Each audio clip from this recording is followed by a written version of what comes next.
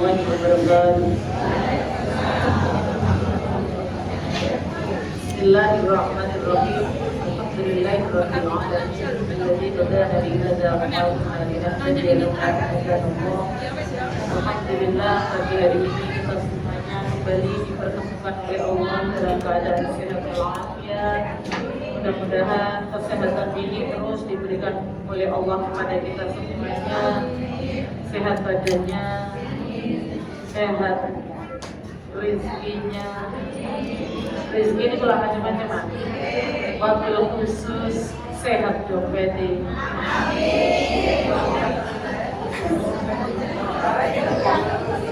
Alhamdulillah, setiap pertemuan mesti seragam baru. Masya Allah. Saya baru tahu hari ini saatnya. Ya, bagi saya baru tahu berarti baru. Saya tadi kok pakai hijau, terus kok biru, saya nggak tahu, aku nggak orang itu, ya kan?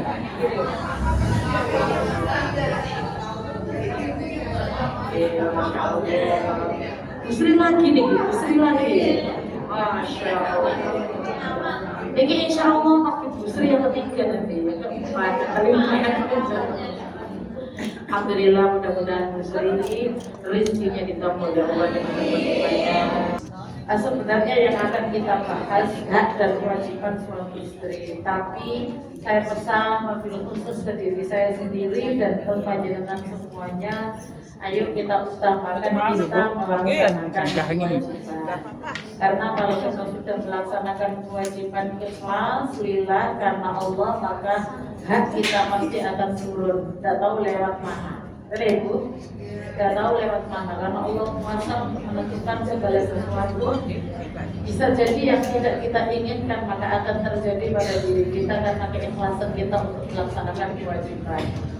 Jadi karena Allah menyandingkan seorang laki-laki kepada kita selaku suami itu adalah kehendaknya Allah, maka kita melaksanakan sesuatu kita masak lillah karena Allah, bukan karena suami. Betul? Wujudnya beliau manusia, tapi itu manusia yang disandingkan oleh Allah kepada kita. Maka kita bertakzim kepada suami bukan karena suami, tapi karena Allah. Karena itu perintah Allah, maka harus kita jalankan lillah, ikhlas karena Allah. Kalau segala sesuatu yang kita jalankan tidak ikhlas karena Allah, nanti pertolongan Allah tidak akan turun. Maka kita niatkan sejak awal. Saya belajar untuk mengetahui suatu ilmu kewajiban yang kemudian harus saya laksanakan sebagaimana manusia. Yang kemudian manusia ini saya saat ini adalah sebagai istri, maka ada kewajiban seorang istri yang diperintahkan oleh Allah, maka itu insya Allah akan saya lakukan lillah karena Allah, maka nanti mudah-mudahan pertolongan Allah turun. Karena kalau kita tidak diberi kemampuan oleh Allah tidak akan bisa Bu. Apa yang bisa kita lakukan? Kita ini manusia lemah, fakir, tidak punya apa-apa. Yang punya semuanya adalah Allah. Makanya tidak pantas kalau kita sebagai manusia sombong dengan segala sesuatu yang ada. Semuanya adalah milik Allah. Kesehatan kita sendiri milik Allah, nyawa milik Allah. Kalau sudah Allah berkehendak untuk mengambil, tidak ada gagal. Bismillah, saya akan belajar hak dan kewajiban. Mudah-mudahan kita semuanya diberi kemampuan oleh Allah untuk bisa melaksanakan. Hak suami, hak dan kewajiban. Betul ya? Hak dan kewajiban suami istri dalam keluarga. Sebelumnya kita ketahui bahwa di dalam pernikahan ada syarat dan rukun yang harus dipenuhi. Pada saat rukun dan syarat di dalam pernikahan itu sudah terpenuhi, maka ada konsekuensi hukum. Ada konsekuensi hukum yang terjadi di dalam pernikahan itu. Lah, konsekuensi hukum yang terjadi itu bukan kehendak kita, bukan kehendak suami, tapi kehendak syariat. Gitu, kehendak syariat. Pada saat kita itu sudah dikhitbah oleh laki-laki, kemudian diadakan walimah atau akdun nikah. Akdun nikah terjadi dengan syarat dan rukunnya sudah semuanya terpenuhi, maka disitulah akan muncul konsekuensi hukum. Konsekuensi hukum itu apa sih yang dimaksud? Ada sesuatu yang harus kita kerjakan. Kalau tidak, maka yang menghukum adalah syariat. Katakan, yang menghukum syariat. Bukan kemudian suami dihukum oleh istri atau istri dihukum oleh suami, betul. Tapi suami istri itu akan dihukumi oleh syariat. Karena itu maka konsekuensi hukumnya diantaranya adalah munculnya hak dan kewajiban. Hak itu sesuatu yang harus dipenuhi oleh kelapannya. Kewajiban adalah sesuatu yang harus dilakukan oleh masing-masing. Kata ya. Makanya satu aja diantaranya, maaf, kalau seandainya seorang istri tidak melakukan kewajibannya sehingga haknya suami tidak dipenuhi, maka andai suami tidak melakukan kewajibannya, boten dosa. Karena hak dipenuhi. Ya. Nah, yang terbanyak di antara kita perempuan, tidak terkecuali saya, adalah tuntutan kita ingin semua haknya dipenuhi. Kewajiban terserah nanti. Kewajiban itu jadi artikan hal yang itu loh ya. Banyak kewajiban yang harus kita lakukan sebagai seorang istri, gitu. Banyak. Bukan hal yang itu saja. Apa itu saja? Karena itu yang biasanya yang ada di dalam pikiran kita. Hak bersama. Jadi di dalam hak itu ada hak bersama suami istri, berarti istri mempunyai hak untuk dipenuhi oleh suami punya hak untuk dipenuhi oleh istri. Itu namanya hak bersama, gitu, hak bersama. Yang kedua ada kewajiban suami istri. Kewajiban bersama berarti masing-masing punya kewajiban yang harus dipenuhi. Itulah nanti kemudian kalau seorang memenuhi kewajibannya, maka yang lain mendapatkan haknya. Yang lain melakukan kewajibannya, maka yang lain akan mendapatkan haknya. Makanya ada hak bersama, ada kewajiban bersama. Mungkin saya kewajibannya istri disegit no, kewajibannya suami ditulis beli sampai pelkat di Stop dulu. Ini loh ya hasil kajian. Ada hak suami atas istri, ada hak istri atas suami. Berarti kewajiban masing-masing. Yang akan kita bahas yang pertama adalah bagaimana kita bisa melaksanakan hak bersama ini sehingga masing-masing terpenuhi keinginannya.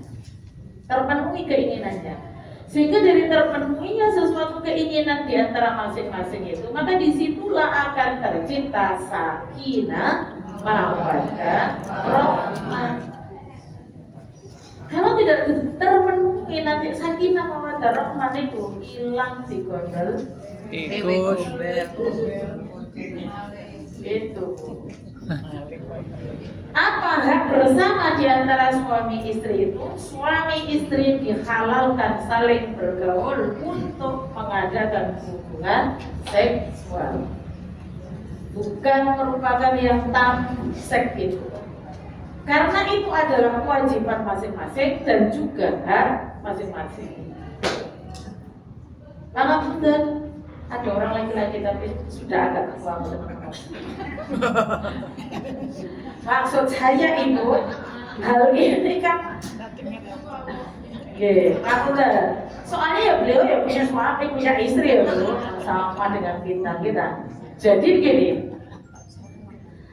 suami seks itu tidak hanya kemudian kepentingan suami, istri juga punya kepentingan untuk itu. Maka kalau ada seorang istri yang kemudian mempunyai pikiran yang penting suami saya senang, yang penting suami saya puas, ini bukan asal.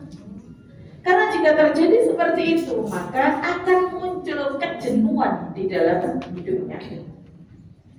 Setiap suami menginginkan haknya itu, maka istri akan muncul jenuh, akan muncul bosan. Kenapa? Karena tidak menginginkan hal ini. Ala ustazah menunggu Prai mawon cuti. tua niku orang perempuan. Biasanya orang perempuan senengannya gede-gedenya. Ratu gedek. Nek orang laki-laki itu mantu-mantu.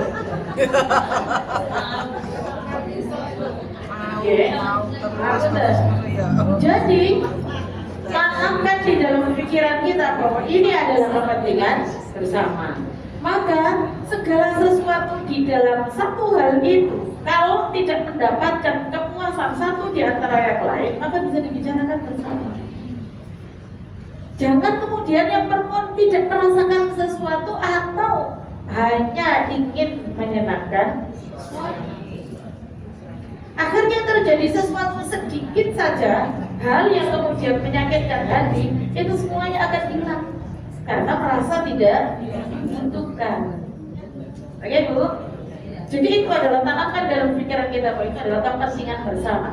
Jika ada sesuatu hal yang kita tidak mendapatkan itu, maka bisa dibicarakan berdua dan bukan hal yang tabu untuk membicarakan hal itu. Sehingga kedua-duanya bisa mendapatkan apa yang diharapkan di dalam pernikahan. Dari situlah maka nantinya akan muncul sakinah, mawaddah. Karena mawaddah itu akan menjadi rahmah, itu terpenuhnya satu hal itu di antaranya. Karena di rahmah itu akan dirasakan itu kalau munculnya keturunan.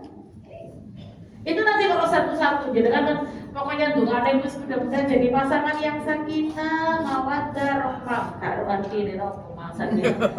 Ro artine tenang, ada di lu ayem, cinta. Tapi apa yang dimaksud di dalamnya dalam nih. Makanya kalau berdoa jangan mudah-mudahan jadi pasangan yang samara. Nih nanti ini sama apa yo sampai keliru sama apa lah makanya itu sempurnakan menjadi doa, sempurnakan menjadi doa. Sakinah ada nama, ada maknanya, itu doa. Mawaddah ada maknanya, itu doa. Rahmah ada maknanya. Sama apa sini lengkap karena itu doa, di antara doa kita kepada seseorang. Nah, doa yang seperti itu lazimnya memang dipakai untuk pengantin baru karena masih mau akan mengarungi kehidupan yang baru. Tapi doa itu untuk semuanya. Kalau sudah tua kayak tadi, justru kalau sudah tua kayak tadi kita ke kasus ya. Kalau yang masih baru aman terkendali tidak ada apa-apa. Tapi kalau yang sudah sepuh-sepuh kayak tadi yang kemudian butuh ditata. Makanya pendidikan pranikah penting, pas kali kalau lebih penting karena dulu yang sudah tua-tua kayak tadi gimana? Ternyata pendidikan pranikah.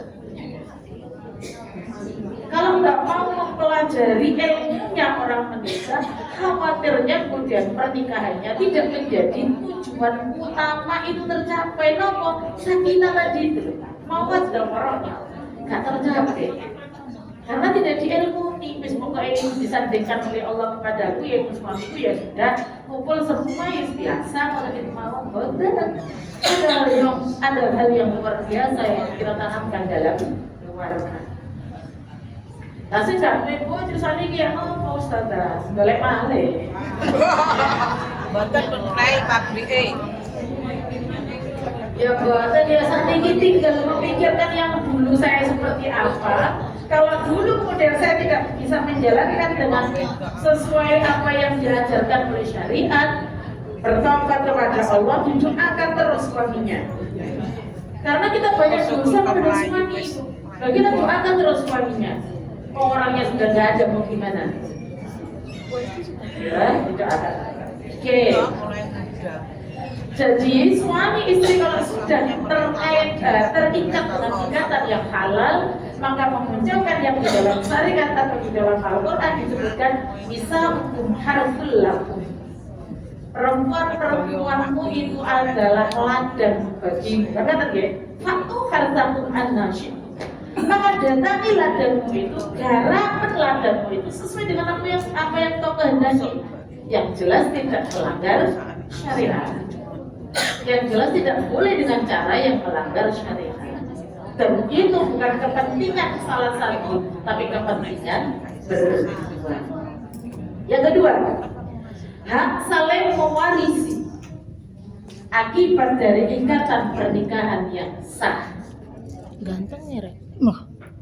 Hak saling mewarisi maksudnya apa? Suami meninggal, istri ahli waris.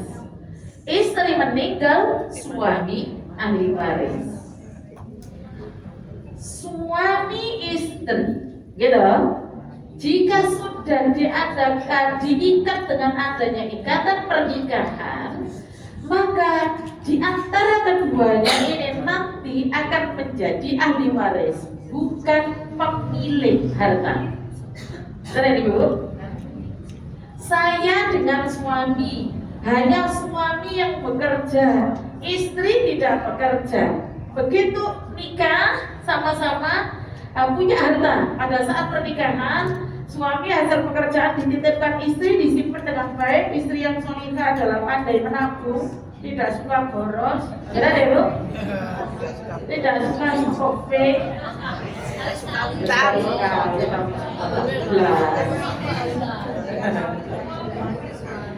Tidak kemudian setiap pagi ada paket.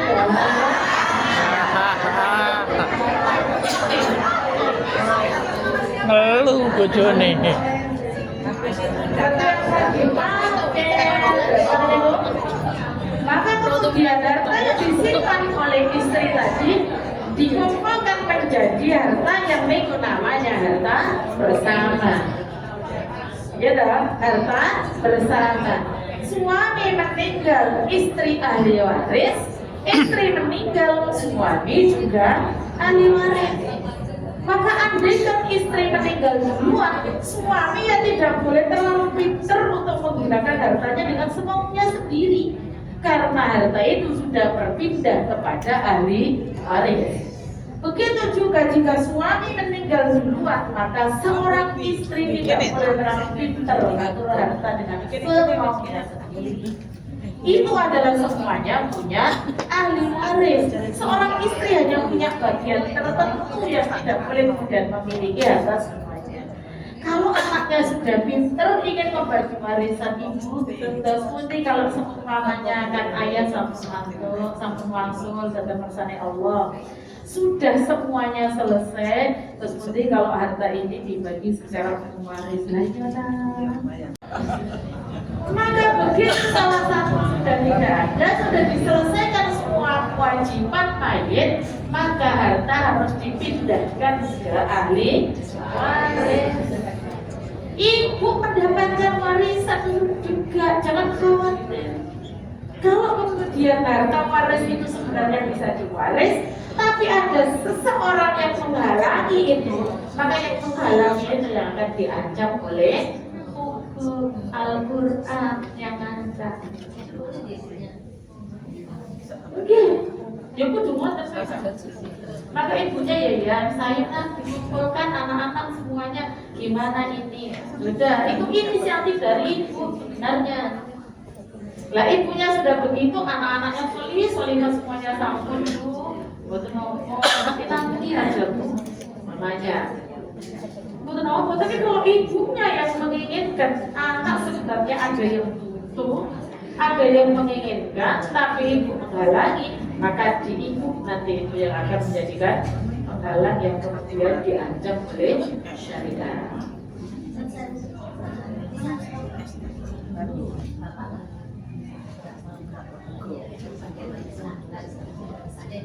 Oke. Gimana kalau istri meninggal duluan? Ya, ada maksudnya gitu. Karena suami istri ya dulu. Gimana kalau istri meninggal duluan? Segera selesai urusannya mayat semuanya, mohon dibagi. Karena laki-laki tidak bisa hidup sendiri, mesti nanti akan menikah. Jadi kan mau menghalangi menikah orang gitu, ya. Betul saja kita mau menghalangi, mau kita sudah gak ada. Beliau orang laki-laki betul sadar hidup sendiri. Sebelum dia kedatangan istri yang baru, maaf, Kak ajari biar jelas, harta itu biar jelas. Sebelum kedatangan orang yang baru, maka haknya anak-anak diberikan terlebih dahulu. Sehingga nanti anak-anak sudah mendapatkan suami biar membawa jatahnya sendiri. Monggo persilahkan mau nikah, monggo. Itulah harta waris yang dari pembagiannya. Kalau tidak begitu nanti dibawa semuanya dia. Satu cuai iya. Oke. Ibu ada berarti ya ibu wajib hukumnya membagi secara waris. Ayah yang ada atau suami yang ada berarti suami juga wajib hukumnya membagi secara waris. Makanya hak bersama ini namanya. Suami juga punya hak atas harta itu, istri juga punya hak atas harta itu. Salah satu di antaranya wafat duluan, maka yang ada adalah ahli waris. Yang berikutnya, anak mempunyai nasab yang jelas. Konsekuensi hukum pernikahan, maka anak akan mendapatkan nasab yang jelas dari ayahnya. Nasab itu sangat dihormati oleh syariat. Makanya jangan sampai kemudian ada dulu sebelum nikah. Harus nikah dulu baru ada. Ini syariat mengatur seperti itu karena biar nasabnya jelas. Nasab anak ini tidak menjadi diragukan. Karena itu maka al-waladu lil firash wa lil 'ahidil hajar. Anak dinisbatkan kepada orang yang menggauli istrinya, yang menjadikan wasilah anak itu ada, maksudnya. Dan bagi perempuan yang berzina maka hendaknya ditinggalkan. Karena nasabnya nanti menjadi tidak jelas. Berikutnya konsekuensi hukum pernikahan, kedua belah pihak wajib berperilaku baik. Kedua belah pihak, berarti suami juga harus baik ke istri, istri juga harus baik ke suami. Sanggup berbuat baik walaupun suami gak baik.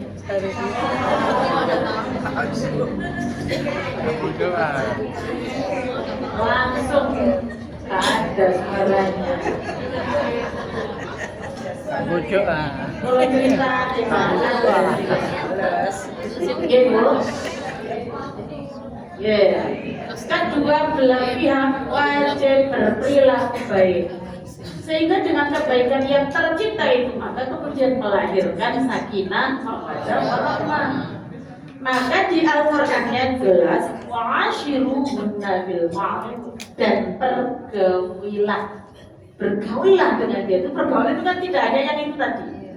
Semuanya di dalam rumah. Kalau khawatir soal keterangan ibu dan pergaulan semua ya kan. Maka pergaulan di dalam rumah, pergaulan dengan baik.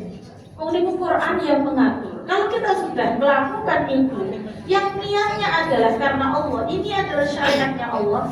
Sebagaimana saya diwajibkan oleh Allah untuk sholat, saya lakukan sholat itu dengan baik. Saya pelajari ilmunya sholat itu sehingga sholat saya sah secara hukum. Maka menjadi istri sama seperti itu yang terjadi. Ya Bu, kalau sudah kita pelajari ilmunya bagaimana menjadi istri yang salihah, niat kita berbuat baik kepada suami adalah lillah karena Allah, maka jangan khawatir nanti suami itu bukan kita yang ngurus tapi Allah. Kita nggak mampu untuk mengurus manusia walaupun satu, gitu, nggak mampu. Dan tidak layak kalau seorang istri itu ngurusi suami, karena dalam sih kita kewajibannya hanya taklim. Betul kan Bu? Gak bisa kita ngurus suami karena bukan lazimnya. Suami yang ngurus istri itu lazimnya. Lah gimana ini suami gak iso ngurus istri? Nopo oleh kok gak iso? Saya punya pengalaman soalnya ada seseorang nih. Saya punya pengalaman banget nih. Beliau setiap kali mesti curhat. Kenapa kemudian suami tidak bisa mengurusi istrinya? Karena istrinya tidak bisa diurus. Kuncinya apa Bu? Suami baru berkata satu kalimat, istrinya 5 kalimat yang ada.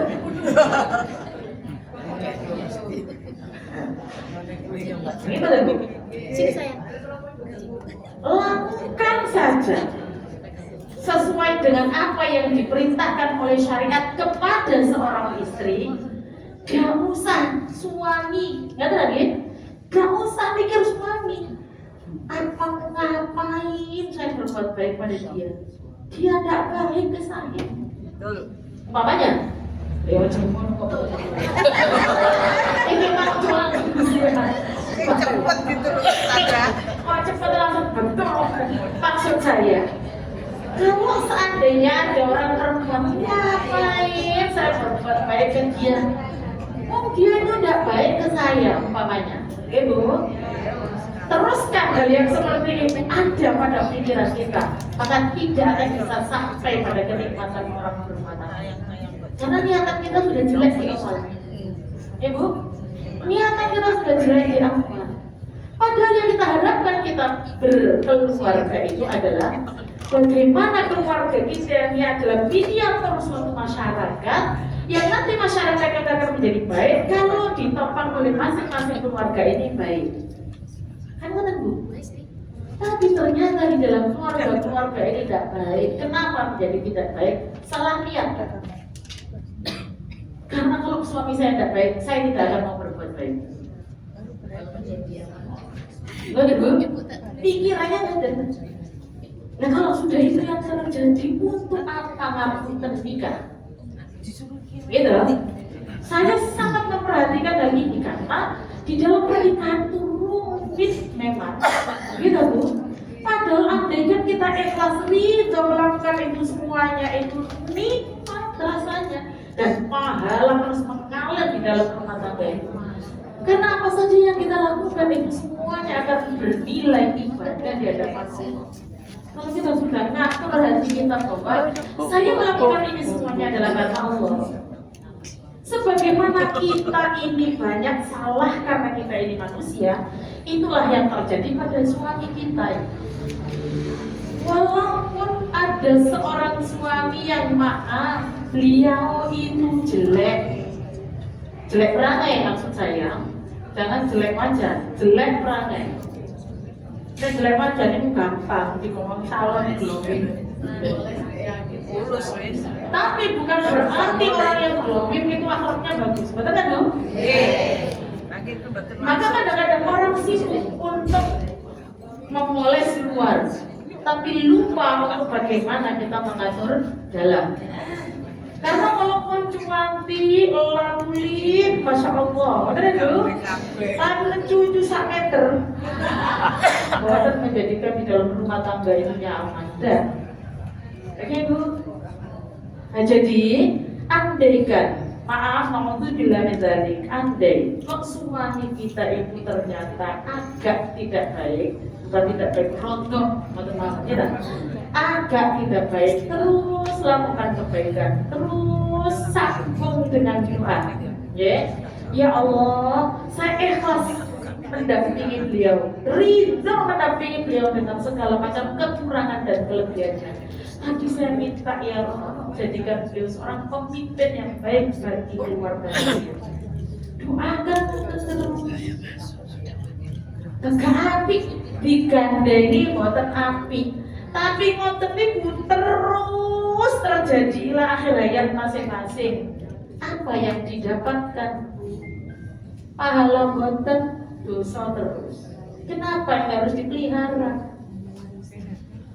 Kenapa orang berkeluarga itu senyum aja di dalam rumah itu pahala? Kok kita itu cari dosa dan terus dipelihara sampai pada akhir hayat masing-masing?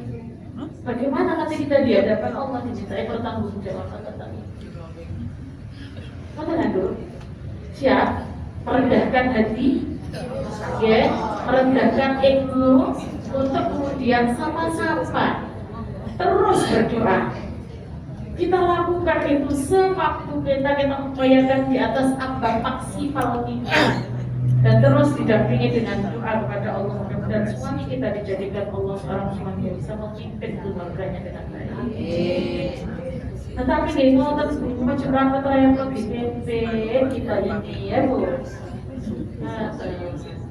Dan itu kemudian apa itu sampai kemudian seorang suami tidak berani kepada istrinya, yaitu tadi karena bentuknya dikandani, dikasih kalimat yang bagus-bagus, satu kalimat keluarnya lembut, ya sudah, sejak ini saja kata suaminya, sampai nanti aku tak diam tidak akan mengingatkan.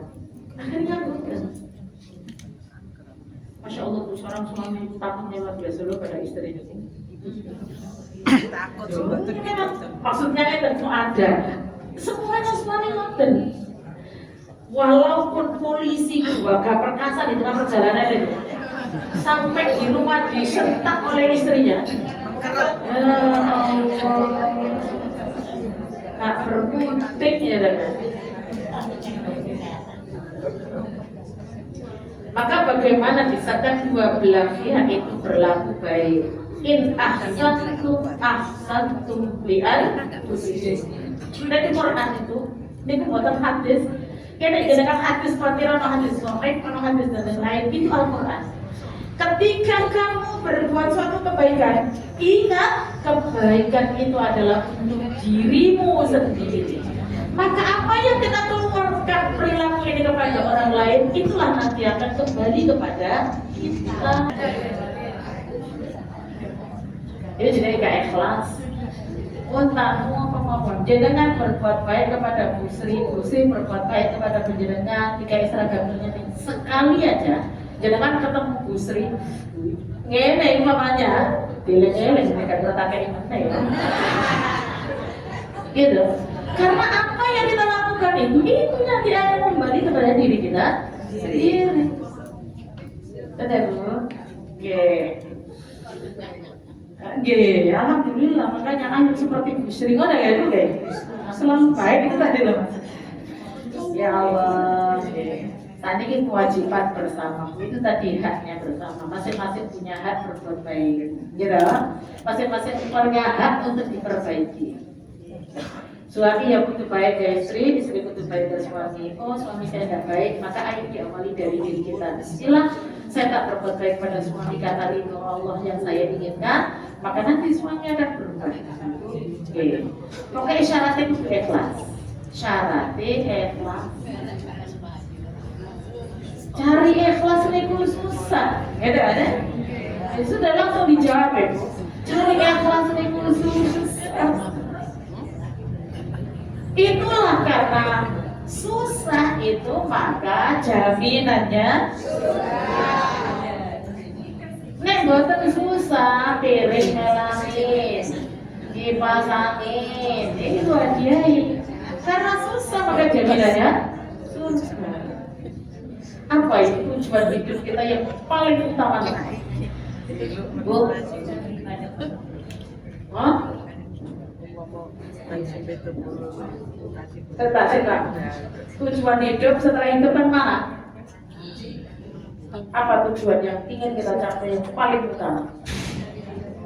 Husnul. Panjenengan hidup di dunia itu punya cita-cita apa secara dunia? Persilakan. Boleh, dan harus punya cita-cita yang banyak yang baik-baik. Tapi jangan lupakan satu cita-cita itu, bahwa kita ingin hidup ini nanti mengakhirinya dengan cara husnul. Buat apa hidup di dunia kalau seandainya kemudian pada saat nanti kita wafat tidak husnul khotimah? Maka perbuatan yang kita lakukan di dunia ini adalah dalam rangka untuk meraih cita-cita yang mulia itu. Karena seberapa kita hidup di dunia, saat ini yang paling sepuh terpergi usianya pinter, paling 79 sampai 80 atau 82 gitu. Setelah itu sudah tidak ada. Dan kehidupan kita yang 82 tahun itu, kita bisa menikmati kenikmatan maksimal itu antara 25 sampai 30 dan gitu. Dan sampai sudah umur 60 itu sudah tidak semuanya berasa enak. Gitu. Tidak semuanya berasa enak. Degutan hati dan seterusnya. Mau ya orang bojok ya orang pada saat itu kemudian kita berakhir kenikmatan itu, insya Allah ke 10-75 itu sudah kesananya sudah ini tidak boleh, ini tidak boleh, ini tidak boleh, ini tidak boleh, ini tidak berani, juga berani, makanya enggak. Ya Bu? Oke. Itulah maka kita maksimalkan pada saat kita masih muda. Kita maksimalkan berkeluarga ini, kita mendampingi suami dan kemudian anak-anak. Ini kita maksimalkan pada masa usia produktif seperti kita ini. Sehingga nanti pada saat kita sepuh bisa meraih kenikmatan itu. Lanjut, kewajiban bersama. Kewajiban. Wajib ini kenapa Bu? Harus dikerjakan. Jika tidak, ancaman. Bukan kan deh? Itu terus hukum medis. Iya. Nanti kalau melakukan itu berdasarkan kesadaran hukum. Kompilasi hukum Islam, Undang-Undang Pernikahan nomor 1 tahun 74 di sana dibahas kewajiban bersama suami istri itu diantaranya adalah suami istri memikul sesuatu yang luhur, gitu, untuk menegakkan rumah tangga itu menjadi sakinah mawaddah warahmah. Cita-cita luhur keluarganya siapa saja itu, gitu. Tidak terkecuali keluarga kita masing-masing, semuanya kita bercita-cita untuk kemudian menegakkan keluarga ini menjadi keluarga yang luhur. Yang luhur ini kenapa diantaranya sakinah mawaddah warahmah. Apa artinya kalau kita kumpul dalam satu rumah tapi tidak bisa mendatangkan pahala? Betul? Masya Allah, ngapunten. Ada orang yang dulu pada saat masih mudanya sama ini aja sekedar cerita ya, suami istri kaya raya. Yang namanya warisannya istri itu 13, sekian miliar. Loh ini pula loh Bu, saya ngurus kamu itu. Saya yang menghitungkan. Dia menghitungkan warisannya itu. Loh ini punya anak 4, 2 laki-laki 2 perempuan. Anak nih semuanya tidak ada yang pendidikannya S1, S2, S3, tapi ada salah seorang anak yang masya Allah luar biasa. Lah ngoten niku kan bisa saja terjadi tadi, bisa saja terjadi ya. Di siapapun bisa saja terjadi. Maka bagaimana caranya kita dampingi dengan keikhlasan? Perbuatan kita, akhlak kita, perilaku kita jadikan perilaku teladan bagi anak-anak. Kepada suami ciptakan kepada suami akhlak yang baik sehingga anak-anak kita itu melihat akhlak kita kepada suami kita itu kayak apa, itu nanti beliau akan turun. Gitu Bu. Nah kalau sudah kita berperilaku kepada suami saja tidak baik, jangan mengharap terlalu tinggi, khawatir nanti jangan mengharap terlalu tinggi anak saya harus seperti ini, seperti itu dan seterusnya. Sedangkan figur yang dilihat adalah kita. Dan kita sendiri tidak mampu untuk melaksanakan itu. Pembelajaran Bu yang dari orang tua ini, saya dulu tidak diajari oleh orang tua saya untuk bantah pada suami. Tapi saat ini nggih pinter. Oh, mana sing diajari? Kadang-kadang ibu ngerasani bojone teng anake. Kira bener? Kecuali anak suaminya itu yang sebenarnya anaknya itu tidak tahu. Yang tahu hanya istrinya sebenarnya. Tapi dibilangi sampai Kalau belum tak, wayang. Ya kan ini wayang makan wayang. Kok kalau saya umpamanya yang jadi anak, nah ibu kok mau punya suami yang apa nggak sama kok bu? SDP. Nggak sama. Curhat, mau nopo-nopo nih curhat itu mencari solusi ya, cari solusi ke anak. Makanya tapi nek menjelek kan, kenapa? Jangan diajari ya anak, ya. Itu beliau sudah pintar sendiri nanti kalau dewasa nih, nggak usah diajari. Saya nggak pernah diajari, sangat pintar loh. Yang kedua, suami istri wajib hukumnya mencintai, saling mencintai, menghormati, setia, dan mampu untuk memberikan bantuan lahir dan batin. Mampu untuk memberikan bantuan lahir dan batin. Ngeten iki Bu, jangan diartikan suami suruh nyapu, suruh ngepel, bukan pekerjaannya itu. Gitu, kok enten suami yang cinta sama istri ingin membantu nyapu, ngepel, ya pun buat apa, tapi kan bukan kita yang beliau maunya sendiri, Lanek maunya sendiri harus diyakini. Biasanya lah yang diyakini, lu ya lagi masih bersihnya di dia, diyakini. Lah ini pinggir-pinggirnya masih kotor. Saya itu Ustaz. Oh, jangan dibantu itu sudah luar biasa. Karena itu bukan pekerjaannya, bukan pekerjaannya orang laki-laki. Kok sampai orang laki-laki mau melaksanakan seperti itu? Karena ingin membantu istrinya, maka sudah biarkan. Suami saya itu kalau mau bantu jemur, namanya jemur baju. Orang perempuan kan orang jemur bagus, ya. Kalau santeran dia diagar bagus. Ini kos pokoknya ditumpuk kan satu perempuan itu ada 3. Agar main flag mereka main belum ayam, alhamdulillah. Jangan mau digini, nah kok mau sih balik yang ini loh ya.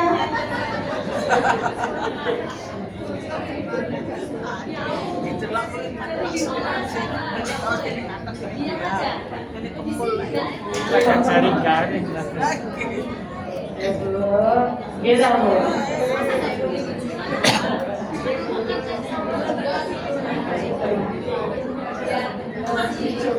Nanti itu sudah, lonya kok nggak dijemur ya? Ya sudah, salah jemurannya ya lah, jangan disalahkan.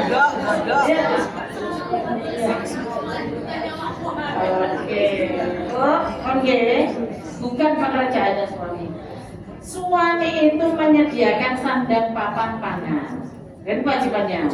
Berarti kalau nggak ada makanannya berarti suami bertanggung jawab. Tapi apakah suami kemudian yang memasak? Tidak. Karena terjadi. Jadi umpamanya pekerjaan semuanya itu kan memang tugasnya suami, kan tidak? Karena menyediakan sandang papan pangan bahasa kita.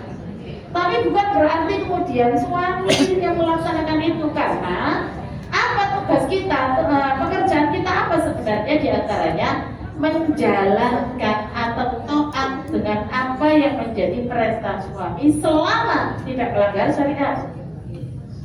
Nah, suaminya ngeten, "Ma, mejone kok kosong gak apa-apa, aku pengen sarapan." Siapa yang wajib menjadi istri? Aku mau tolong. Siapa ya wajib? Istri. Oh, bajuku kok gini, kok gak disetrika? Aku memang minta setrika. Siapa yang menyetrika? Walaupun istri menyuruh pembantu. Ojo nyuruh suami atau setrika nyuruh suami tak bahan. Kalau suami sendiri yang ngomong nggak ada apa-apa. Tapi kalau kita nyuruh suami pekerjaan semua, walaupun itu, apalagi kita dalili sesuai dengan dalilnya. Ya, semua pekerjaan rumah itu adalah semuanya pekerjaan suami, gitu sama. walaupun sebenarnya iya, tapi tugas kita itu adalah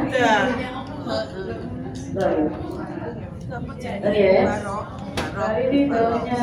Jadi melaksanakan apa saja yang menjadi perintahnya. Oke. Suami istri wajib saling mencintai, menghormati. Di antara menghormati itu adalah menghormati siapa saja yang ada kaitannya dengan suami. Itu nasab itu ada kalanya dari hubungan darah, ada kalanya dari musaharah. Musaharah itu nopo pernikahan. Kalau saya sudah diikat oleh adanya pernikahan dengan suami saya, maka saya menerima suami sepaket. Beliau punya ibu, beliau punya saudara. Siapapun saja saudaranya, suami adalah saudara kita, walaupun kadang-kadang kita tahu, kita mau alamat berarti. Ibu adalah ibunya suami, adalah ibu kita.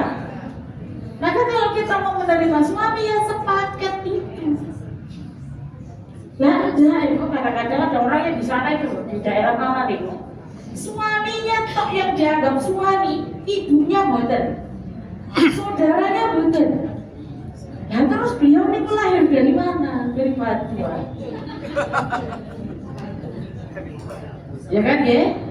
Kalau kemudian kita bisa menerima keluarganya suami, maka suami kita nanti akan bisa menerima keluarga kita. Kenapa suami kita itu agak pelit dengan keluarga kita? Karena kita pelit kepada keluarganya suami. Bukan sunatullahnya itu sudah begitu nih Bu. Sunatullahnya terjadi seperti itu. Karena tadi itu ayatnya in ahsantum li anfusikum. Untuk kamu sendiri kebaikan yang kamu lakukan itu gak akan tertukar kepada yang lain. Gitu. Sanggup. Moratua lo ya, moratua. Moratua.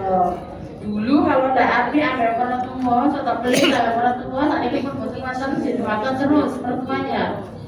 Itu nanti kita akan punya menantu, ya kita nanti akan jadi mertua. Apa yang kita tanam dulu, maka nanti akan kita tuai belakangan. Ini pembahasan sebab akibat, bukan itu sunatullah. Ya memang terjadinya seperti itu. Yang namanya matahari itu ya terbitnya dari barat, nanti tenggelam dari timur, tenggelamnya di barat. Kok nanti munculnya dari barat, berarti sudah rusak. Dengan tadi sunatullahnya itu seperti itu. Maka gak sesuai dengan sunatullahnya, ya tunggu saja kehancuran. Oke, lanjut. Suami istri punya tanggung jawab, kewajiban untuk memikul, mengasuh dan memelihara anak-anak mereka. Baik pertumbuhan jasmani, rohani dan seluruhnya itu adalah tanggung jawab berdua. Walaupun yang terbanyak itu adalah dari istri. Kenapa begitu? Karena lazimnya seorang istri itu adalah ada di rumah mendampingi, dan beliau yang mengandung, melahirkan, menyusui. Disitulah kemudian ruhnya seorang ibu itu sambung ke anaknya. Makanya kalau kita kepingin punya dzurriyyah itu tidak sekedar anak, cucu, cicit dan seterusnya ke bawah itu baik. Maka jalurnya adalah dari perempuan, bukan dari laki-laki. Kenapa? Karena yang riyadhah betul itu harusnya adalah seorang ibu. Ayah itu tugasnya cari nafkah. Ibu mendampingi ruhnya anak, sehingga ruhnya sendiri harus sudah sukses. Ngatur ruhnya sendiri sudah harus sukses. Ngatur ruhnya sendiri ya, semoga suami yang ikhlas ridho, mertua yang baik, saudara baik. Nah tadi kan Bu, itu namanya pengaturan ruh kita. Itu sehingga nanti tembus ke anak diarahkan muda. Anak dikasih tahu bapak. Sebabnya apa? Ruhnya ibunya sudah selesai dibangun. Jadi ini ibu makanya Masya Allah luar biasa ini, luar biasa. Makanya ibumu. Bapak. Karena memang tugasnya berat nih, sehingga dijamin oleh Allah buat ini. 3 kali itu kok jadi artinya berarti bapak itu ibu dulu. Harus bapak cepet loh Mbak. Berikutnya kewajiban bersama adalah suami istri wajib memelihara kehormatannya. Kehormatan apa diantaranya? Menghormati pernikahan juga. Suami istri wajib menjaga kehormatannya. Menjaga kehormatannya itu apa? Kalau orang itu sudah bersuami, seorang istri itu sudah bersuami, maka satu di antara semuanya itu tidak ada tandingannya. Dan kita harus menjaga aurat kita, aib kita dari siapapun kecuali kepada suami. Kepada orang lain, walaupun yang masih belum bersuami harus lebih hati-hati untuk menjaganya, karena belum ada yang mengikat, belum ada yang bertanggung jawab pada dirinya. Nah, kita kalau sudah menjadi istri dari seorang suami, maka wajib hukumnya menjaga aurat kita, menjaga aib kita. Jangan sampai ada pada orang lain yang bukan mahram kita sembarangan. Ngapunten Bu, di tempat sana kadang-kadang orang yang bekerja di kantor, namanya di kantor dengan orang laki-laki lain yang bukan siapa-siapa, itu hanya teman biasa. Jadi apa istilahnya, tidak ada hijab.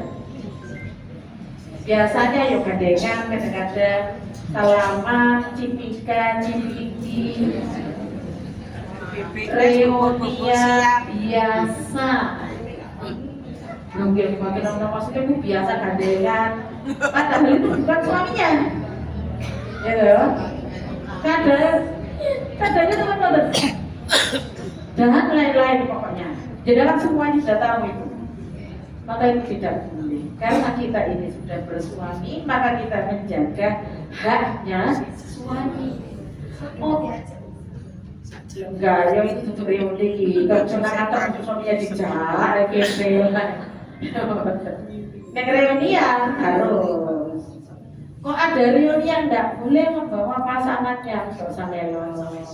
Gitu. Ayo kok mau reuni yang membawa loh, dia jadi suaminya, tapi di sana itu, Masya Allah. Ya Masya Allah. Kalau melok gak oleh teko.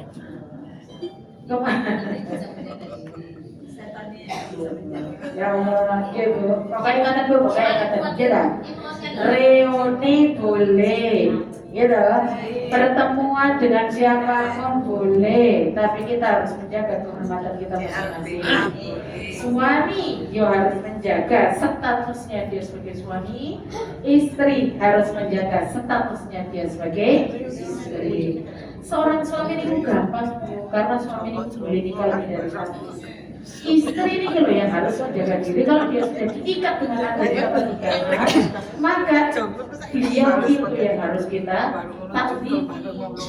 Harus menjaga diri kita betul-betul bahwa kepada orang lain, laki-laki yang tidak ada mahram, maka harus terjaga betul, ya.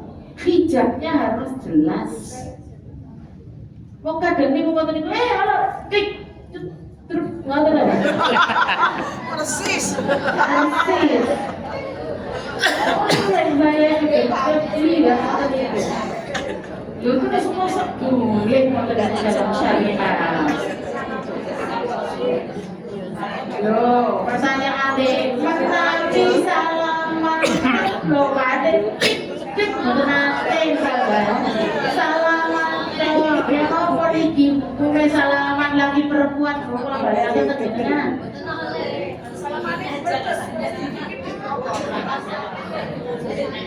Mungkin kalau punya rasa hormat kepada orang lain, gitu. Oh, betul salaman. Karena dari salaman kita nanti terus, ini loh terasa tangannya halus gitu. Ini puji tangan yang ngomong dari.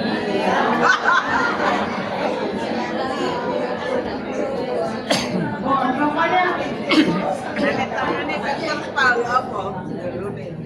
persentuhan kulit di antara laki-laki dan perempuan.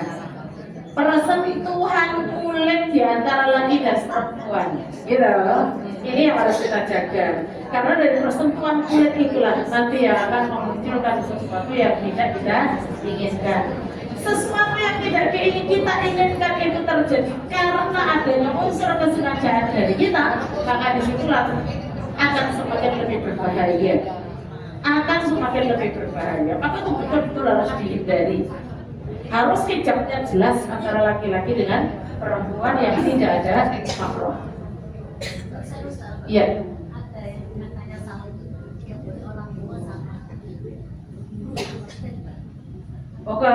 Lawan jenis kan? Lawan jenis. G. Pokoknya ada khilaf di antara ulama, tapi saya untuk ikhtiarnya pun gak usah. Sama guru tak ada guru itu buat penopo. Maka tadi salaman sebenarnya guru itu disamakan dengan orang tua. Ada khilaf di antara ulama tentang bolehnya kalau beliau sudah sepuh. Kalau beliau belum sepuh, udah loh, gue sampai ke biar murid dulu. Saya sudah di air ini dulu. Ya dan seterusnya dan seterusnya. Maka untuk ikhtiar, kehati-hatian walaupun itu seorang guru, tetap takzim harus, tapi tidak harus pakai salaman. Untuk menjaga hal-hal, karena darul mafasid, kalau tidak usul fikihnya macam darul mafasid muqaddamun ala jalbil masolih. Mengambil kemaslahatan dengan menjaga agar tidak terjadi makorot, itu yang harus didahulukan adalah menjaga agar jangan sampai terjadi makorot. Ini harus didahulukan. Mengambil manfaat iya, tapi ini loh, nanti kalau dilakukan akan makorot yang muncul. Ini yang harus didahulukan. Kaidah usul fikihnya seperti itu yang terjadi. Makanya tetap laki perempuan sudah berusaha bersalaman, berjabat tangan gitu. Misalnya sama sepupu, Pokoknya yang bukan mahram, ya, tenang asal. Kalau mahram, lo kakak kandung ya mahram tepung, kakak kandung mahram, adik kandung mahram.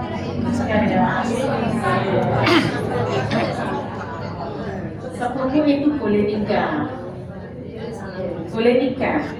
Kalau boleh nikah ini ada apa? Mahram kan bener. Mahram itu gak boleh nikah. Mahram itu tidak boleh nikah. Kalau sudah tidak boleh nikah itu berarti boleh salaman, boleh gak kunjungan. Bener sih? Nah,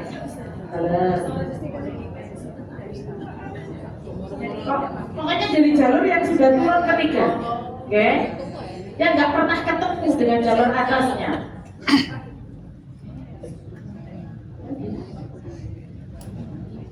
Caranya dong nikah, semua itu hartanya tidak pindah ke orang lain. Cari hadis, kalau nikah cari orang yang jauh, jangan terlalu dekat hubungan darah. Nanti akan menimbulkan cinta yang paling baik. Karena kalau dengan masih ada hubungan darah, yang jelek satu ini, yang bermasalah satu ini, tapi turun ke bawahnya ini semuanya akan menjadi terpisah. Terus boleh orang lihat nih kalau mungkin yang tinggi di bawah. Jika suami istri melalaikan kewajibannya, maka masing-masing bisa mengadakan gugatan ke pengadilan agama.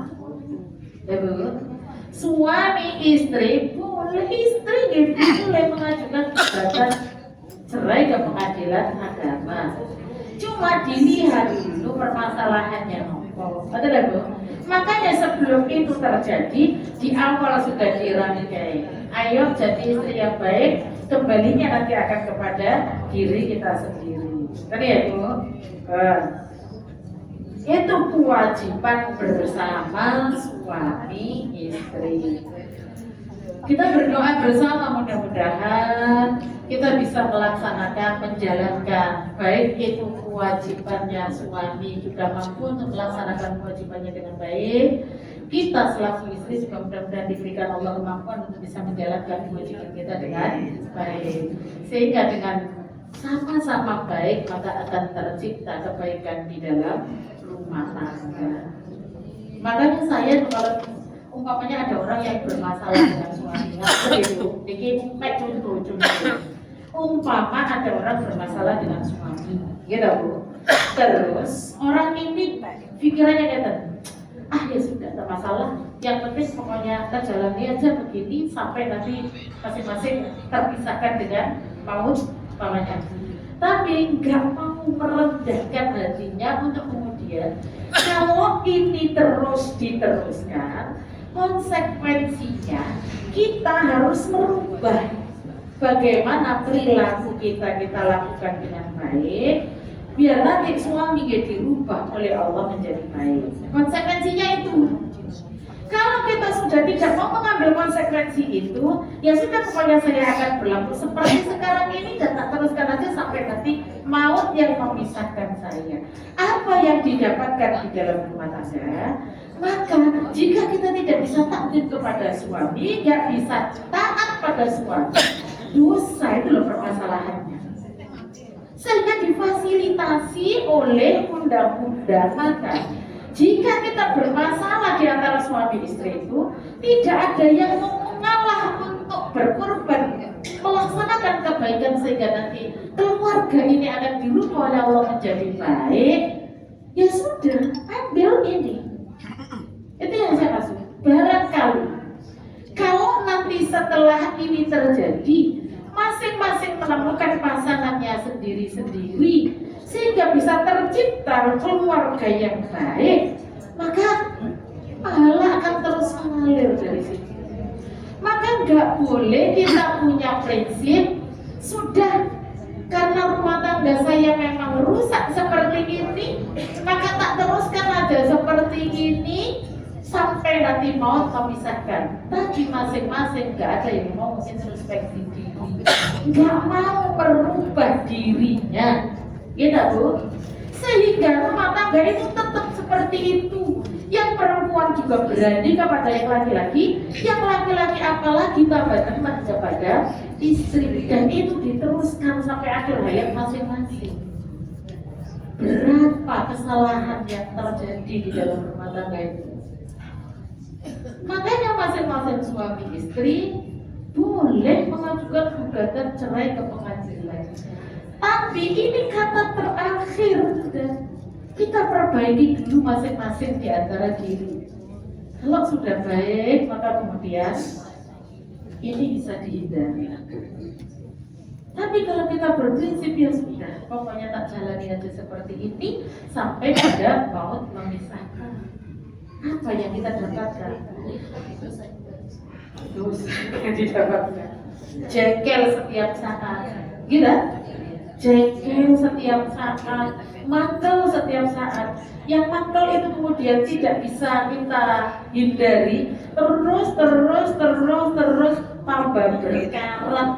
Bukan tambah lembut hati kita, tapi tambah keras. Lah itu memperbaikinya gimana? Ya itu tadi, berani berkorban.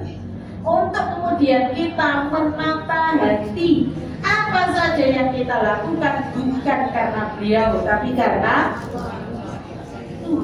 ikhlas. Kuncinya berbuat apapun itu ikhlas. Ikhlas itu muangil berat tapi bisa diupayakan. Terus berdoa dan berupaya. Terus.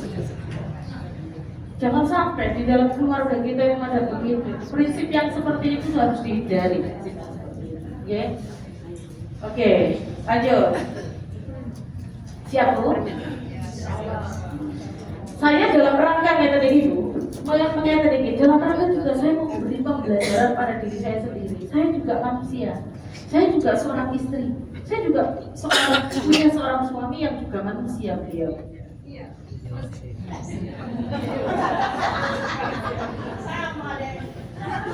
Loh, maksud saya, manusia itu tidak ada yang sempurna. Keinginan kita seperti apapun itu, selama beliau itu manusia, ya mesti ada kekurangannya. Kalau kita tidak menyadari bahwa manusia itu ada kekurangannya, jangan menginginkan seorang suami yang sempurna 100%, cari sampai di atas loh mahfuz salah tidak ada. Andai ada, menurut saya ya cari kok seperti itu. Oke, tidak ada. Sama seperti kita ini, jangan kemudian kita ini punya pikiran sok-sokan yang sempurna. Enggak, banyak kekurangan kita ini. Iya Bu, oke, nih.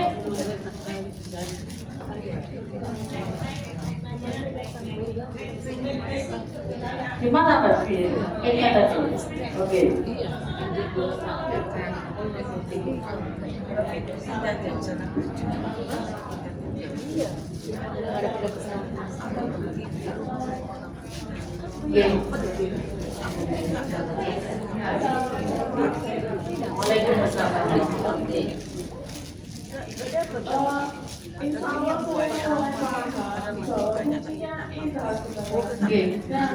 Gimana cara kita itu mungkin tips ya atau cara-cara langkah-langkah supaya kita itu bisa ikhlas ya sesuai kata tadi gitu tadi karena yang membuat semuanya itu dari kan misalnya kita sempat disui dilewat padahal kita itu sudah berbuat baik tapi itu orang Allah yang membuat itu kan ya gimana caranya kita itu bisa sakar pramu kita juga jadinya Oh kan seperti mau coba jawabannya. Kuncinya sudah tahu dong bahwa semuanya itu adalah Allah. Maka sambungkan hati kita dengan Allah. Sambungkan. Ya Rob, saya manusia punya keterbatasan, maka tidak akan saya bisa melakukan kebaikan kecuali Engkau yang menolong ya Allah. Tambahkan keikhlasan saya, tambahkan saya yakin panjenengan sudah ikhlas, tapi tambahkan ya Allah, tambahkan ya Allah, rubah hati suami saya. Ngerti Bu? Sambungkan ke Allah. Jadi kan tambahkan gimana suami ini? Pernah? Bapak Ibu loh, pernah mendoakan Bapak suami maksud saya sampai bilang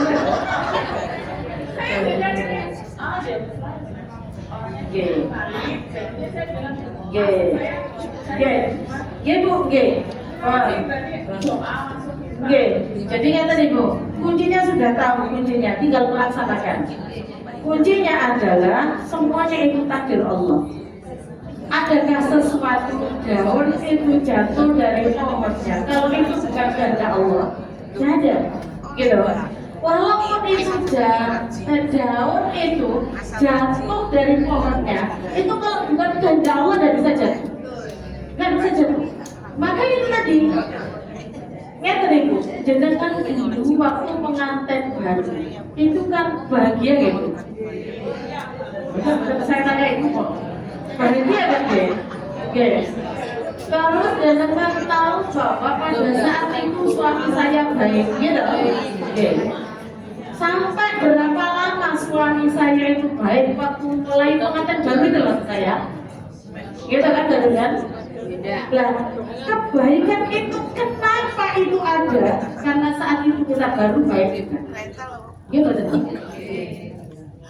Makanya saya bilang kan kemarin, orang itu walaupun pacaran 10 tahun tidak akan tahu apa kejelekan pasangannya, karena belum kumpul dalam satu rumah.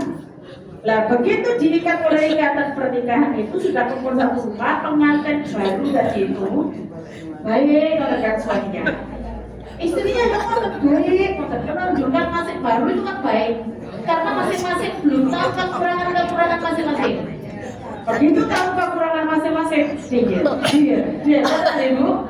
Nah, tanamkan seperti yang baru dulu itu apa yang saya lakukan?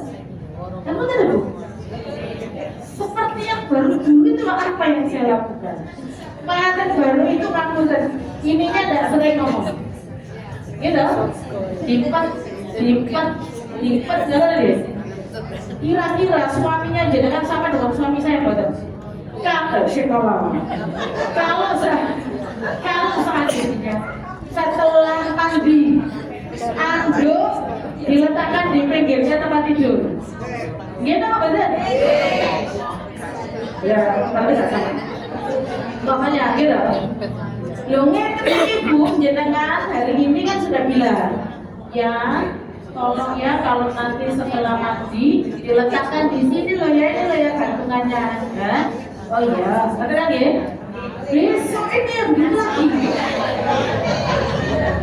Besok kamu saya begini lagi.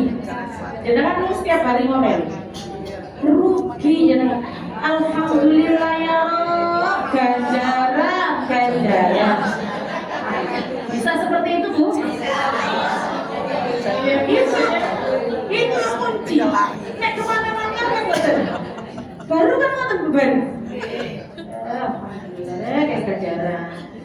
Besok lagi betul. Sepatu satunya di sini, satunya di sana. Memang itu orang laki-laki seperti itu. Jadi maka sekarang tanamkan seperti yang baru dulu itu loh Pak. Dulu kan kita pernah bisa baik kan? Suami kan pernah tuh bisa baik. Nah ini loh, ayo kita bangun seperti yang dulu itu. Butuh perjuangan, iya. Kuncinya itu ikhlas, ridho karena Allah kita melakukan semuanya ini bukan karena manusia. Lalu jangan sampai jangan bilang begini, sakar-karku tak jangan sakar-karku. Jangan begitu. Itu nanti akan keikhlasan kita hilang musnah itu. Wes tak jangan sakar-karku. Jangan begitu. Tetap kita terus berdoa ke Allah. Mudah-mudahan suami kita itu dijadikan Allah sebagai pemimpin di dalam rumah tangga kita. Nah, pemimpin itu akan menjadi pemimpin yang baik. Nek sing dipimpin yo ahli. Kenapa bisa mentokohkan Abu Bakar? Karena yang pilih Umar. Kenapa bisa mentokohkan Umar? Karena yang pilih Utsman. Kenapa bisa mentokohkan Utsman? Karena yang pilih Ali. Begitu sudah di Ali, yang pilih macam-macam, sehingga terjadi percekcokan. Kenapa kok bisa terjadi presidennya Pak Jokowi? Karena yang pilih kita semuanya. Leo jadi itu kenyataan seperti itu loh. Itu kenyataannya begitu. Jadi siapa yang jadi tokoh itu silahkan dilihat siapa yang memilih. Ibu, kalau suami kita bagus, itu siapa istrinya? Halo, setuju dengan itu? Karena hadis Rasulullah, jika ada seorang laki-laki sukses, maka lihat siapa dua perempuan yang ada di belakangnya. Siapa seorang ibu yang melahirkan dan siapa seorang istri yang mantap dalam opini. Nah suaminya terus wapi, saya dipimpin gak kena. Ya Rob, loh. Nek sing mimpin elek sing dipimpin ini ijek lumayan koyo Asia. Gitu. Tapi nek wis kabeh sing mimpin api sing dipimpin gak nek kok pimpinane laku dhewe mau. Sedangkan anak-anak ini nasabnya nanti itu ke ibunya. Kok nasabnya? Kesolihannya, duriahnya itu ke ibunya. Makanya kita kalau melihat orang-orang yang solih, ya Allah, lihat tuh ibunya kayak apa. Saya kalau melihat bahas masih orang pinternya kayak gitu, di segala ilmu beliau paham, mahir. Ustaz tadi hidayat mahir kayak macam itu, Ustaz Abdul Somad. Itu jangan melihatnya siapa, lihat ibunya. Kayak apa lihat ibunya sehingga lahir anak yang seperti itu. Nah, ibu itu luwe kata tahajud.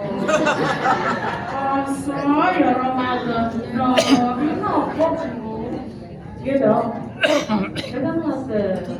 Apalagi kalau kemudian itu sukanya ngomong aja. Kayak saya kayak tadi dari jam 7 sampai jam 8. Ya terus. Terus. Ngomong yang nggak ada jelunturnya. Betul lah Bu? Mamanya, itu bukan jangan. Kita orang perempuan harus terjaga sangat. Yes, monggo. Ustazah, Yes. dengan kisah ibu. Yes, ya. Kemudian saya gabungkan dengan tausiah Ustazah tadi. Masalah yang terjadi itu kan menurut ibu itu suaminya seperti itu. Dan ketika dia sudah berusaha, dia juga mendoakan juga ini. Karena mantau gitu ya. Jadi kata Ustazah tadi, daripada seperti itu, mendingan dengan jalan yang ke pengadilan misalnya. Itu menurut Ustazah itu lebih baik atau meneruskan berdoa sedangkan beliau itu sudah semaksimal mungkin ya. Itu bagaimana kalau menurut Ustazah? Kemudian kuncinya itu, saya tidak mengajukan orang itu harus bercerai, gitu. Perceraian itu halal, tapi arusnya goyang. Ada perbuatan halal yang dibenci oleh Allah adalah halal kerjaan itu, tapi dibenci oleh Allah sampai arusnya goyang. Itu pada saat ada orang perceraian. Lah, yuk fokus ini tadi sebaiknya bagaimana? Kalau saya, ya sudah saya kasih tahu dari yang kata dari saya kasih jalan. Maksud saya, ibu jenengan kudu merendahkan hati, ya, merendahkan ego kita harus kita rendahkan betul-betul. Anggap suami kita ini adalah baru. Pada saat pengantin baru dulu itu jenenge membongkar segala sesuatu untuk kemudian kita jadikan yang lebih baik. Wes tak usah dieling-eling, ini gak usah dieling-eling. Jeleknya itu gak usah dieling-eling. Ayo dieling-eling api. Kalau panjenengan mau seperti itu, katakan gini, maka nanti Allah yang bayar. Kok ada orang berumah tangga, rumah tangganya sudah tidak karu-karuan, istri sudah tidak ada ketakdiman kepada suami sama sekali sudah. Aku kemana terserah aku, kau kemana terserah kamu. Aku kemana tidak harus kemudian izin ke kamu suami. Umpamanya, jika itu yang terjadi di dalam rumah tangga, apa yang terjadi dosa kan ibu? Dan dosa seperti itu dipelihara terus, berbahaya itu malahan. Efek ke diri juga tidak baik, efek ke keluarga juga tidak baik. Maka harus dirubah saat ini atine dirubah bahwa kita berusaha untuk menjadi yang terbaik. Dengan cara apa? Ikhlas, ridho. Makanya menjalankan sesuatu itu bukan karena beliau suami kita, tapi karena Allah. Nanti biar Allah yang berubah. Syaratnya ikhlas. Ikhlas itu kan berbeda ikhlas. Ya. Udah. Maaf ya, hari ini memang ada ini.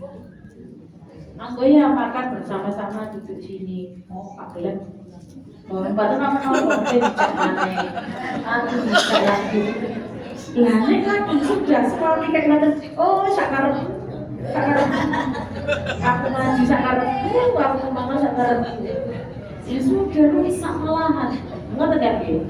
Saya tidak menganjurkan untuk orang itu bercerai, jangan.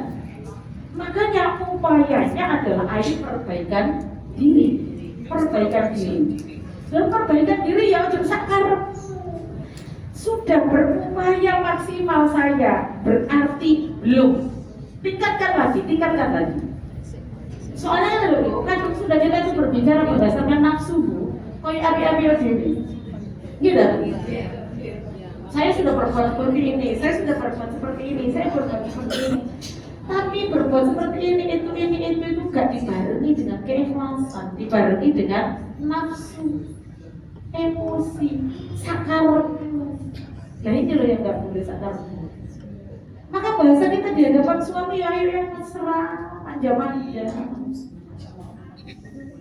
Gak film sih dimanjain lagi, mamanya itu sama lagi.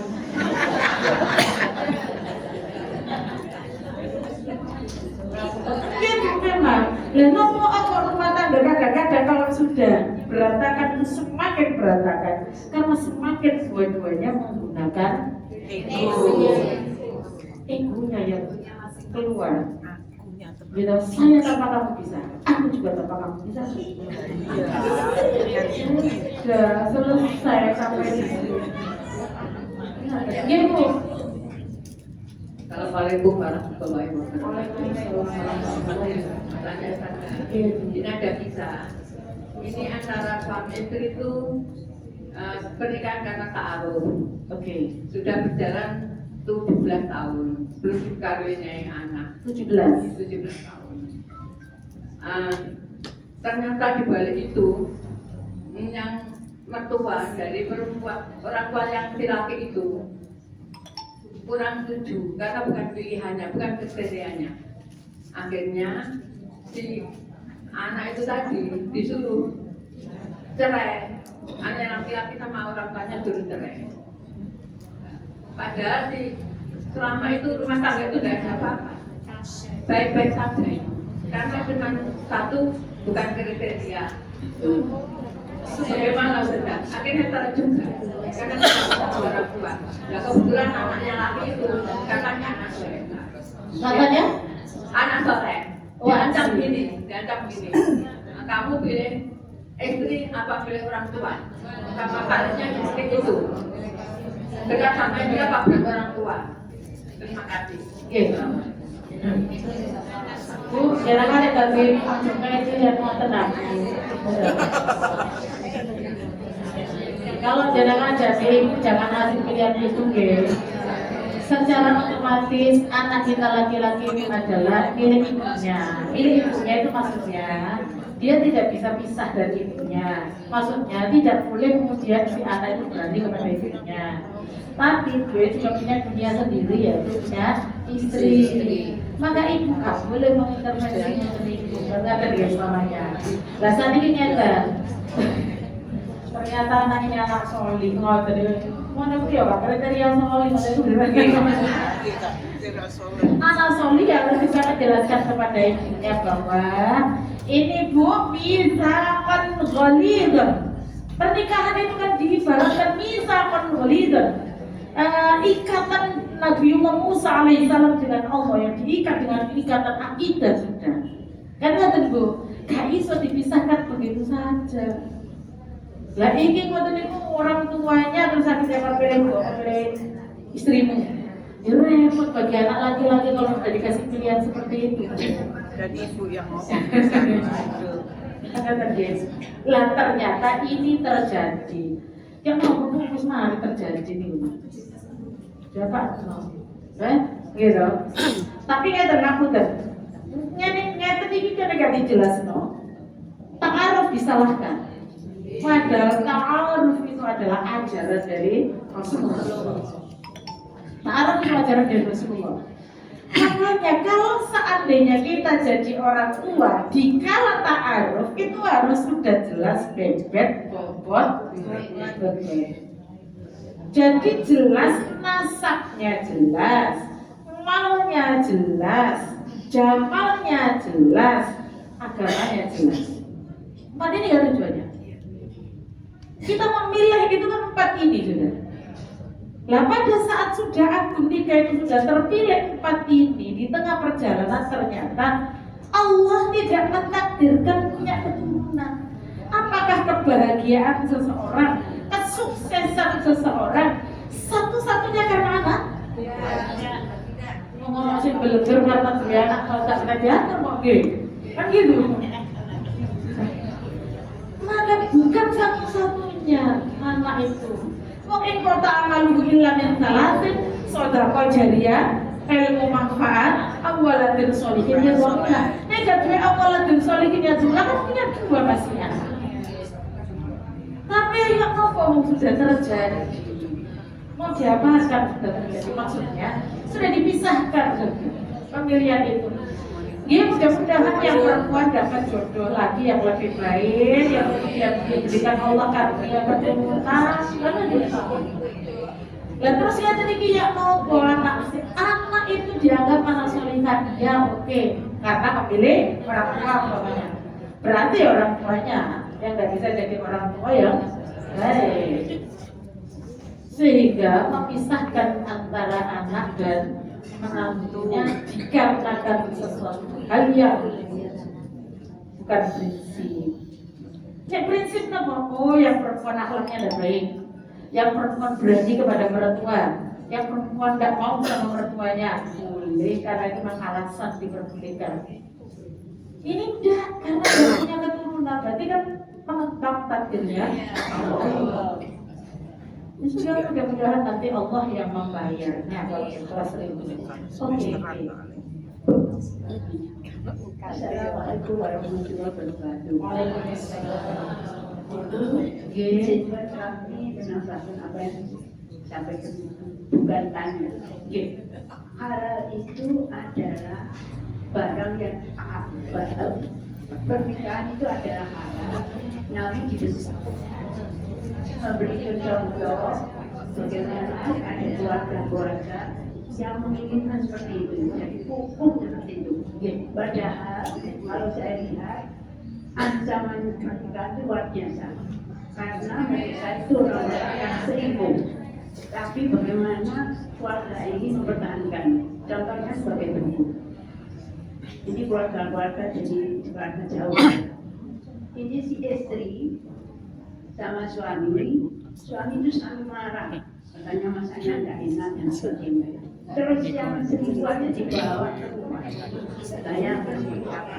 Nah, tapi istri itu sabar, tapi sabarnya tiba-tiba ada orang datang, kemudian memberitahu suami itu pernah guna-guna. Setelah itu siapa yang memberikan saran itu, ini minumannya kalau dicampurkan ke dalam suami itu. Nah, satu saat dengan adanya ramuan yang baru, bukan ramuan yang jelek, itu ternyata suami itu suatu saat sadar, tiba-tiba suaminya mengetahui bahwa selingkuhannya itu memberi sesuatu pada minumannya. Karena begitu tahu dia bilang, dan mungkin sudah ada proses ya, ada percampuran yang bagus tadi. Akhirnya suaminya bilang, kalau gitu selama ini aku membuat seperti itu, sudah kamu keluar dari sini. Begitulah sabaran suami istri. Dengan pertolongan Allah ada orang datang, tidak ada minta siapa-siapa. Orang itu begitu tandanya jauh, dia tiba-tiba datang, suami itu kena dengan itu suatu pertolongan karena dia mempertahankan pernikahannya. Itu satu. Kedua ada contoh lagi, istrinya itu bukan suami, istrinya selingkuh. Selingkuh itu atas dasar kemudian benar-benar itu istrinya keluar dari rumah, pergi ke luar kota, suaminya tidak tahu kemana, akhirnya mengeluarkan di suatu tempat dan ketahuan bahwa akhirnya istri tidak perlu dibawa pulang, tidak mau. Istrinya itu masih takut sama selingkuhannya, itu jatuh bis di mukanya suaminya sabar, pokoknya dia pulang. Sama selingkuhannya. Percaya dong, betul ada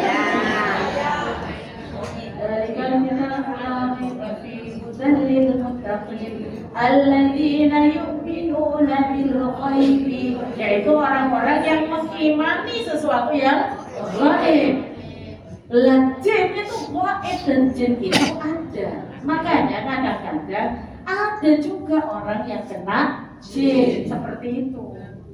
Lah yang mau caranya itu tadi diruqyah, terus kemudian terus dengan sabarnya perbaikan dan terus berdoa. Kan ada testimoninya tadi. Terus berdoa dulu.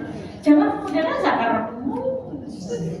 Ono ya sakarepmu, gak ono ya sakarepmu. Aku nyari ya sakarepku, ngene ya sakarepku mboten ngoten. Tapi terus diupayakan perbaikan, terus diupayakan diusahakan, diruqyah dan lain sebagainya. Terus kemudian masuk boleh pinter ngono. Berarti kita bodoh lah.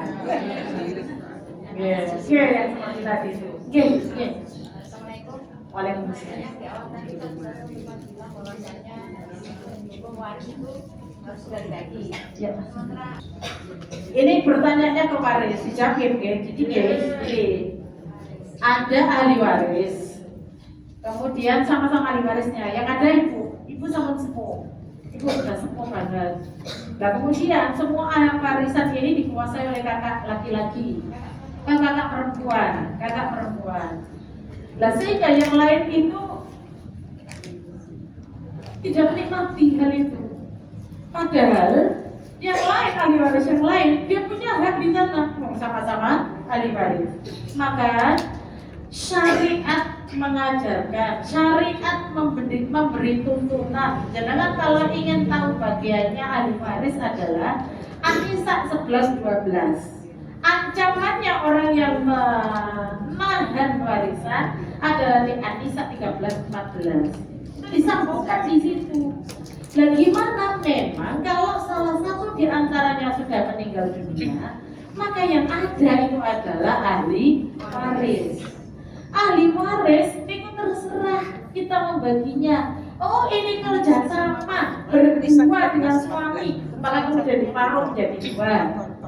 Mayat bawa separuh, yang hidup bawa separuh. Dari separuh punyanya mayat dibagi ke ahli waris. Siapa di antaranya? Istri, makanya yang meninggal dulu suami. Istri dapat 1/8 dari separuh ini. Sisanya anak, ada anak laki-laki, ada anak perempuan, maka 2/1. Ini hartanya buatan liquid, hartanya bentuknya rumah. Maka rumah harus dihitung berdasarkan waris, walaupun tidak bisa diberikan seketika itu. Dan caranya seperti itu kalau kita menjadi ibu. Biasanya kan secara hukum itu kan lagi perempuan yang wafat duluan itu kan laki-laki. Soalnya kan nikahnya mesti usianya lebih tua. Walaupun nom niku wafat duluan tidak ada apa-apa. Yang nomor 2 soalnya suaminya terlalu sering disuntai atau ya makanya gitu. Lah sehingga yang ada biasanya ibu yang ada. Maka nanti ibu dapat separuh plus 1/8. Nanti ibu itu bisa beli lagi atau sisa itu bisa dipakai untuk kehidupan ibu sampai pada nanti wafatnya masih cukup, tidak mengganggu anak. Betul?